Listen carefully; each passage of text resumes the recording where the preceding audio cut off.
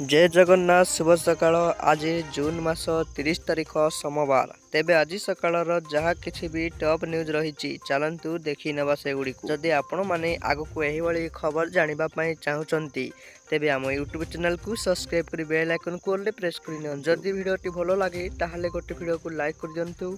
चलंतु आ dairy न करी video ऊपर को नजर रखिबा। माड़ी आसुची जोड़ लघुचाप प्रबल अति प्रबल वर्षा अलर्ट 24 घंटे प्रबल वर्षा बंगोपसागर में नुआ लघुचाप सृष्टि होती फल ओडिशा रे प्रबल अति प्रबल वर्षा होबार संभावना रही। भारतीय पाणीपाग विभाग आईएमडी पक्षर उत्तर बंगोपसागर एवं ओडिशा पश्चिम बंगर उपकूलवर्ती अंचल में दुईटी घूर्णिबलय सक्रिय रही जहाँकि आगामी 24 घंटा मध्य अधिक शक्तिशाली रहिबो बोली लघुचापटी जଣାपड़ी। भुवनेश्वर पाणीपाग केन्द्र निर्देशक मनोरमा महांती कहिसंती एही लघुचाप जगु सोमवार दिन एवं मंगलवार दिन राज्य में अधिकांश स्थान में हालुका मध्यम धरणर वर्षा वज्रपात होबार संभावना रही बोली जना पड़ी। दर्शक हाँ आज्ञा आज यही किछि तिला टॉप न्यूज। भिडियोटी भलो लागितिले लाइक करबा सहित सब्सक्राइब करबा जमार भूलंतु। वीडियो को शेष पर्यंत देखिथिबारु थैंक यू। जय जगन्नाथ। रहूछु नमस्कार।